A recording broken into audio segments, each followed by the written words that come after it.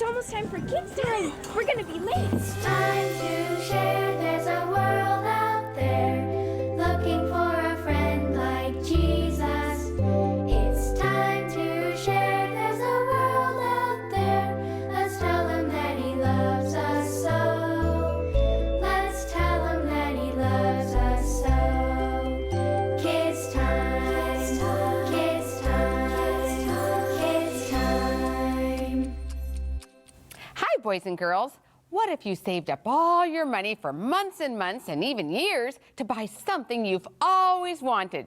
Finally, you have just the right amount, so you hand over your hard-earned money to the store clerk and he hands you a bag. You're so excited that you decide not to open it till you get home. Back in your room, you slowly open the bag and look inside and go, ah! It wasn't what you wanted at all. In fact, it was something you don't want. Surely there must be a mistake, so you rush back to the store and the clerk just grins and says, sorry, I thought you might like this other thing instead. And our policy doesn't allow exchanges, but you can work hard again and save up enough to buy what you really wanted. You'd be pretty unhappy, wouldn't you? That's exactly how the man in today's Bible story felt when someone tricked him. You won't want to miss this exciting story, but first it's time for Nature Time.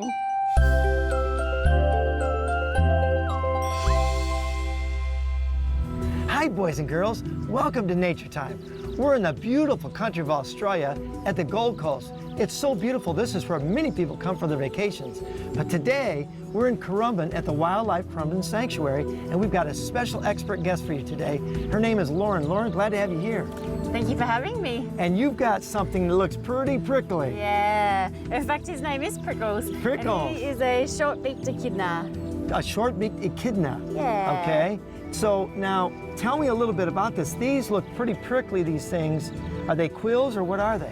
We usually call them quills or spines. Okay, spines. And they're made out of the same thing that our fingernails are made out of, so they feel very similar. But he only has them on the back, so underneath this nice soft furry belly is the area he needs to protect, and that's why he rolls in a ball, just like he's doing now. That's his natural defense, and he feels really comfortable that way. He's all rolled up in a ball. Yeah. Now, what's the difference between maybe the quills from an American porcupine to the echidna? Do you know, the American porcupines have longer quills. Okay. They also shoot them out in defense, as many people will know with their dogs. Yeah. The echidna, they'll keep all theirs. They're rooted a really long way into their muscle. Okay. So they can control them, but they don't shoot them out at all. Well, now I see this long nose. You call it a nose, right? We call it a beak. Oh, beak, okay, Yeah. a beak. And so how do they eat their food? And what do they eat? They have no teeth, and their mouth is really tiny, so it's pretty much just like this. Oh, wow. So they use their tongue to eat their food. And their tongue is really cool. It's about 18 centimeters long. That's almost like 6 or 7 inches. Yep. And, okay, Yeah, wow, that's a so long it's really tongue. long. So usually they eat things like termites. Yes. So that tongue will get them right into the center of the termite nest. Well, I noticed that when you were feeding earlier, kids, you might be able to look at that. That's their food. I don't think I would like that No, food. it's disgusting. But they like it. They like And it. they put their tongues in there, and they have such a sticky tongue, they pull it out. Yep, so that'll be a more natural way for them to feed, for their Okay. tongue to go through the tube. Yes. We have used plates, and Prickles will just toss it off the plate and eat it off the ground. Oh, wow. He doesn't like it. So now what about young? How many, now it's called you said a monotreme? Monotreme, yeah. Monotreme, which means what? It means they're an egg-laying mammal. Okay. There's only echidnas and platypus, the only animals on Earth that are egg-laying mammals, so they're pretty special. And how many eggs will they lay? Echidnas only have one egg at a time. Just one. They have a pouch, Okay. and there's only room for one egg, and they only have one baby a year. One baby? Yeah, and they find that even out in the wild, a lot of females won't even have a baby every year, so they're very slow breeders. Now, does that mean they're fairly extinct, or are they common here? They're very common in Australia. Okay. There's some other echidnas in New Guinea, though, that are very, very endangered. Oh, wow. So, how long do these echidnas live? Well, the oldest recorded one in captivity was 50. 50? I think that was in an American zoo. Yes. And they believe in the wild maybe 30 to 40 is a good life for them. 30 to 40? Yeah, so it's a long life. Well, with all these prickly pines, it doesn't look like they'd have too many predators. No, not much is willing to take on an echidna, and it's very difficult for them to get to the soft parts because they're in that ball and they're really, really strong. They can't get in there. Unfortunately for the echidna, they're not born with spines, so it's a very vulnerable time of their year when they're babies. Now, I've noticed that the pads on the feet seem awful, like they look very soft. They're pretty cool. They're really squishy. Yeah, it's so neat. Yeah, and they got those beautiful big claws on there that'll help them dig burrows or break into termite nests. And this really long claw on the end here, that's the echidna's hairbrush. That is so cool, kids. God even takes care of the echidnas with a hairbrush to comb itself. That is pretty neat. Well, I want to thank you so much, Lauren, for being here, and I'm glad I have an expert because I didn't know anything about echidnas. Thank you for being here. No worries, thanks for coming. And kids, don't forget, Nature's God's second book. Get out there and take a look. I want to touch it. Oh, Yeah.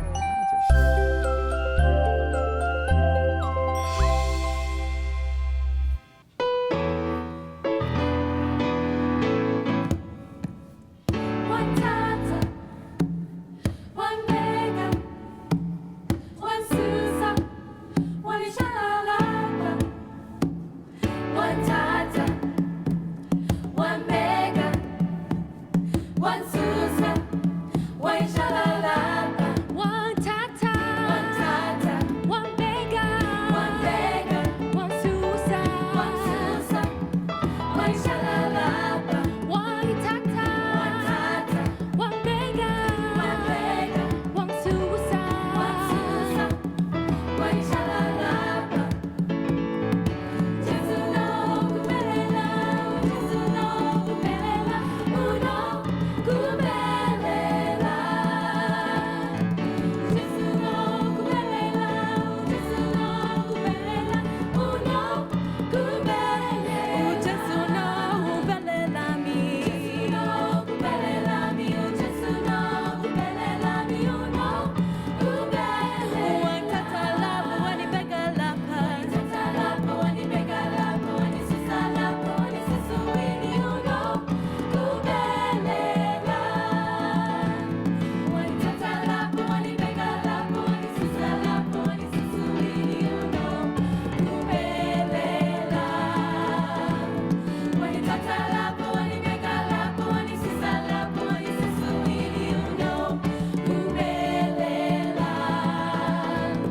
Wani tata, wani bega, wani susa, wani susuini uno kubelela. Wani tata.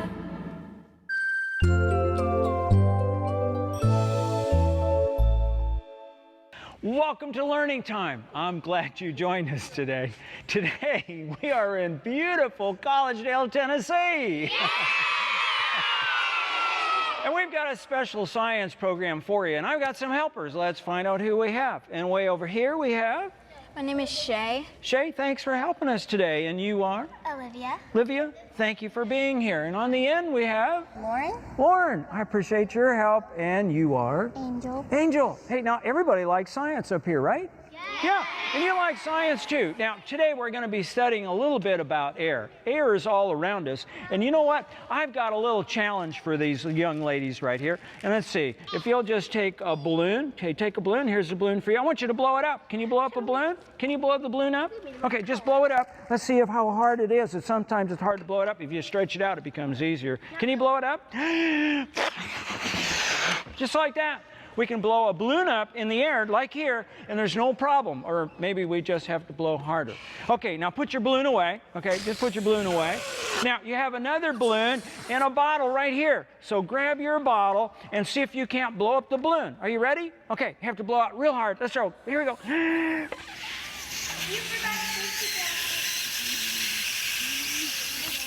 Whoa! You know, I blew up my balloon. What? Are you blowing up yours? No, we didn't blow up their balloon. Well, what was the problem? Why can't you blow up the balloon? Why can't you blow it up? What do you think? It's too hard. It's too hard. Well, you know what? Here, hold yours up right here. Here we have a balloon right here. And what's inside of the bottle underneath the balloon and around it? Air. There's air around it right here. And we can't place air in the balloon because there's air in the bottle. You can't push air with air. There's air inside. You're going to have to get rid of it. You know what I have in my bottle right here? I have a hole in the bottom of my bottle. And if I let air in, what happens to my balloon? It deflates, right? And so I took my finger off of the hole, and then I could blow the bottle up because the air inside the bottle went out of the hole. Hey, now let's try this one. I've got some special bottles set up for you. You can check this one out right here, okay? And you can check this one out right here. And you know what it has? It has a little valve on it right here. So take that cap off of the valve and then blow your balloon up and then put the cap back on. So we can let that air go out and then we can seal it back up again. Let's go ahead and screw it on tight. There you go. You need some help? Go ahead. Blow yours up. How are we doing? That's right. Screw it on really, really tight. And go ahead and screw it on tight. Oh, you have to keep blowing. You have to keep blowing. It's kind of hard, isn't it? Isn't it kind of hard? It's kind of hard to get it all coordinated. Look at what she's got right here. Isn't that cool? That's because we let the air out. But let's open the valve. Open the valve. Let's find out what happens. Air comes back in, and the balloon deflates again. Isn't that interesting? You know what? You know what I think is interesting? You can't not. Are you okay? Okay. Well, wow. You don't want to inhale a balloon. Not a good idea. But you know, we have to get rid of the air in the bottle in order to blow the balloon up. Isn't that interesting? You know, sometimes in order for God to fill up our lives, we have to get rid of things that are blocking God's presence in our lives. It's like that air. We had to let it out before we blew the balloon out. Now, don't you think that's interesting? Yeah. I think it's interesting. And you know what you might want to have at home? You might be able to glue another valve or another top on a bottle, and you can have a valve to open and close, and you can fool people. Now, hey, take a look at this one right here. There's what? What is inside of that balloon? Water. Have you ever put a water balloon in a bottle like this? Yes. Now that is pretty hard to do, but you know what? It worked because this bottle has a hole in it. I blew the balloon up. You don't want to blow bottles up. I blew the balloon up, then I held my finger on the hole. Then we filled up the balloon with water, and then we pulled the neck out and we tied it. And it looks like, take a look at that. It looks like it's something impossible to do. When we learn more about science, we learn more about our Creator, God.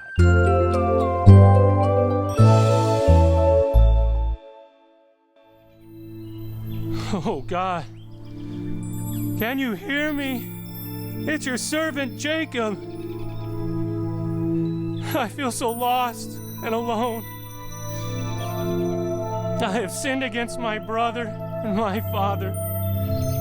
But most of all, I have sinned against you. Can you hear me? Oh, it's no use. My sin is too great. You can't hear me. My sin has separated me from God.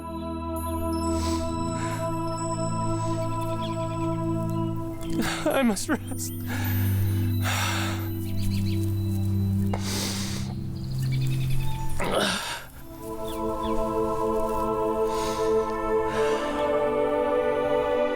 I am the Lord, the God of Abraham and Isaac. I will give to you and your descendants this land on which you are lying. Through you and your descendants, I will bless all the nations. Remember, I will be with you and protect you wherever you go, and I will bring you back to this land. I will not leave you until I have done all that I have promised you.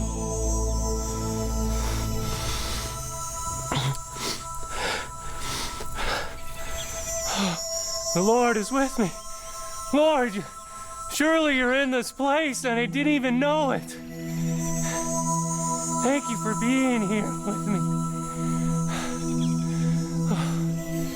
Oh, Father, God, thank you for hearing me, hearing my prayer. I know that you will be with me. Father, if you will protect me, if you will provide for me and bring me back to my Father's house, I will surely serve you all the days of my life. God be praised.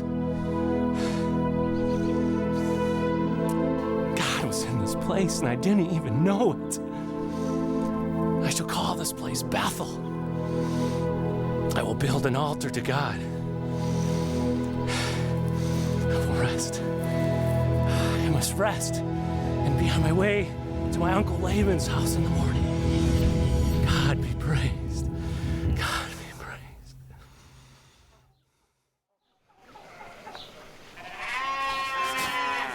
Hello there. Hi. Hi, is this Haran? Yes, it is. Great. Do you know Laban, son of Nahor? Everybody knows Laban. You must be a stranger around here. I am. I've come from a great distance to be here. Okay. Do you know where he lives? Well, yeah, you could ask his daughter, Rachel. She's right there. She's beautiful. Yes, she is. What is she doing here? She's waiting for the rock to be removed so she can water her sheep. Why don't you help me do it? We can take care of that. Oh, no, that's okay. Let me do it. Really? Yes. I think you'll need somebody else to help. No, I can lift this for the young lady.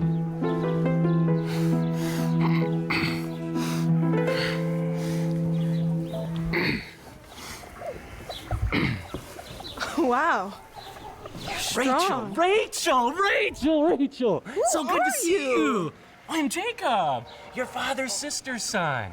Rebecca's son! Yes. Jacob! Oh, Yes. it's so good to see you! Father's good to told me see so much you. about you! He's gonna be so excited to see Oh, you! I'm excited to see I have to him. go tell him! Okay. Wow, I have come such a long distance to be here. I'm so excited to be here. My God has brought me through so many things. Wow, that was impressive. Well, thank you. Let's water the young lady's sheep. All right.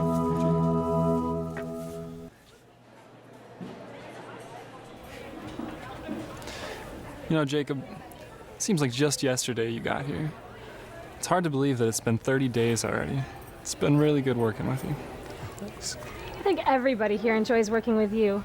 What really impressed me the most was when you first got here and you moved that huge rock from over the top of the well. It was really great.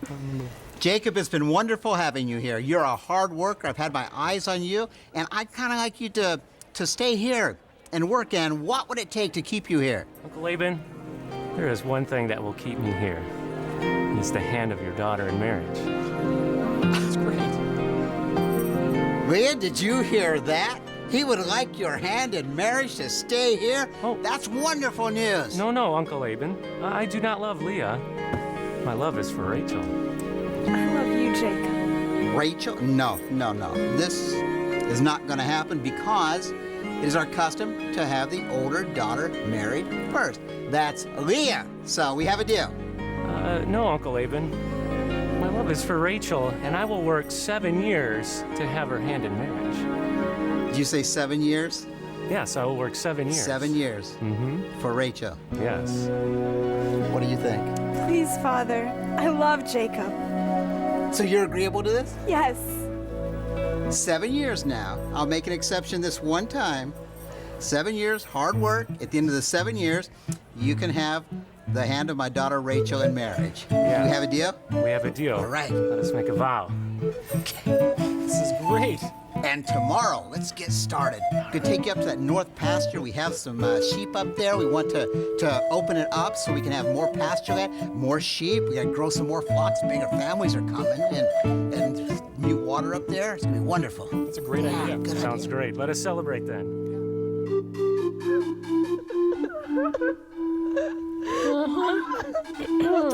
Well, it's official. Jacob and Leah are now married.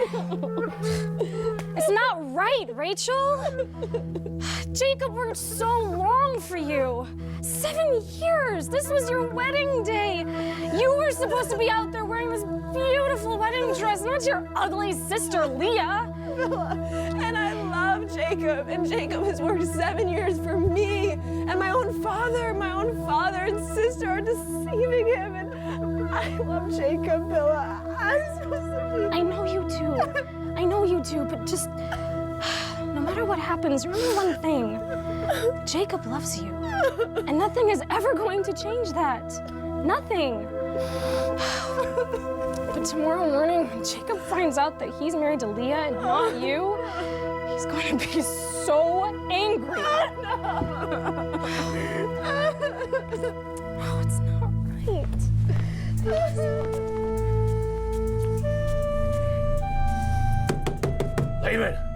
Laban, get out here right now. Laban, you coward, get out here. You have broken your vow with me.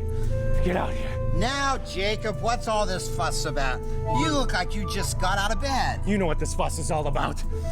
I worked for you for 7 long years for the hand of Rachel in marriage, and I wake up with Leah. Oh, you have tricked me. I can't believe it. Now, you know it's our custom. We've talked about this. The older must be married before the younger. Leah will make you a good wife. You'll be happy. I do not love Leah. I despise her. I love Rachel. I worked 7 long years for Rachel, not Leah. Oh, that's it. I'm out of here. Wait. Why don't you go home and fulfill your week with Leah, and then I'll give you Rachel, but you have to work another 7 years for her. Another 7 years and be married with Leah? No way. That's it. Wait. After the week, I'll have another wedding, and I'll let you marry Rachel at the end of the week, and then you work your 7 years. How's that? At the end of the week, I'll be married to Rachel. I'll work another 7 years. Okay. Agreed. Okay. You better not change your mind, Laban, or I'm out of here. My plan worked.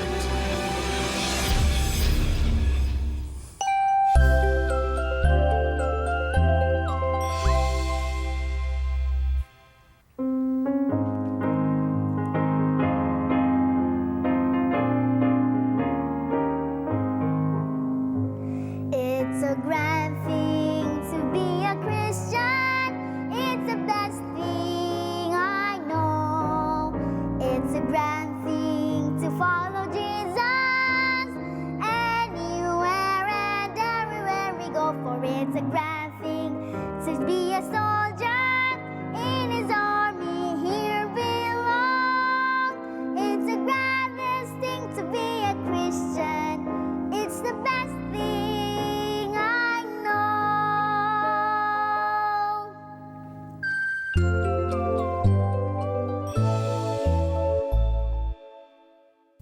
It's time for Miss Brenda's Book of the Day. And today's book is an exciting story, boys and girls. It's called Malinki of Malawi by Josephine Cunnington Edwards. And it's an exciting mission story about a slave girl who was sold into slavery by none other than her very own brother. I couldn't believe it. For only 4 quarts of grain. Can you imagine? Oh, you won't want to miss this exciting story. Well, we have an exciting sharing time planned for you because I would like to share with you all kinds of letters that you've written to me. I love hearing from you boys and girls and you telling me all the ways that you share Jesus. And Maxwell's here with me today. Hi, Max. Thank you for joining us today. Yes, are you going to stay awake this program? I don't know, but we're going to try it, okay? Here, I'm going to read the first letter. Let's see if Maxwell can make it through the whole program without sleeping. I don't know. This letter is from St. Thomas in the Virgin Islands, and I'd ask Maxwell to, hold up the picture, but he's just not going to be able to do that today, so Miss Brenda's going to try. It says, Dear Miss Brenda, my name is Callie Ann, and I am 7 years old, and I love to share Jesus. I share Jesus by doing a lot of the things like reading to people who can't read, and I also share Jesus by preaching to people who don't believe in God. And another way I share Jesus is by telling about people more about how much Jesus loves them. And my picture's enclosed. Love, Callie Ann. Well, thank you, Callie Ann. Now, Maxwell, let's see. We got another picture over here. What do you think about that? You're doing a good job of staying awake, isn't he? All right, this one is from Cheyenne, I think it is, and she's from Canada. She's 10 years old. It said, hi, I would like this to go to Miss Brenda because I watch your show every chance I get. I love Kids Time, and where I live, it is aired just after school, so I can have my friends watch it too. And this is how I share Jesus. Me and my friends started a club. Whenever you get a chance to share Jesus or help someone, we will do that with a smile on our face. I have a pet parakeet, and they are the smallest parrots in the world. Oh, not parakeet, she's saying parrot. I never heard of that. She said it's the smallest parrot in the world, and whenever your show comes on, he gets very excited and flies to the TV. I think he likes your show as much as I do. My favorite part is learning time and story time. Bye for now, Cheyenne. Well, thank you, Cheyenne, and I really enjoyed your letter, and I want to encourage you to keep sharing Jesus. And guess what, boys and girls? When she said bye for now, so did Maxwell. He just thought it was time for him to leave the set. So he had enough of my letters today, I guess. But I know you haven't, so I'm going to read another one. Let's see about this one. This is an email. And this one is from Rachel Ann. And oh, Rachel's got a nice picture for us too. Look at that, beautiful. It said, "Hi, Miss Brenda, my name is Rachel Ann." And it says, "And I live in Victoria, Australia. I've written before and thought that I'd send another letter. I hope you'll read this one on Kids Time. I just recently got baptized, and I want to thank you for the Bible lessons that I took. It really strengthened my faith in God, and it influenced my decision for baptism. I share Jesus by playing my violin with the musicians at church each Sabbath." And it said, "I also am a singer, and I share Christ through music when singing at churches and also concerts. I also sometimes tell the Bible story to kids. Thank you for Kids Time, Rachel Ann." Well, Rachel Ann, I want to thank you for your letter, and I'm glad you're excited about sharing Jesus. Boys and girls, I want you to get excited about sharing Jesus. You know, there really is no greater joy than sharing. And whatever you do, wherever you go, it's Kids Time to share Jesus.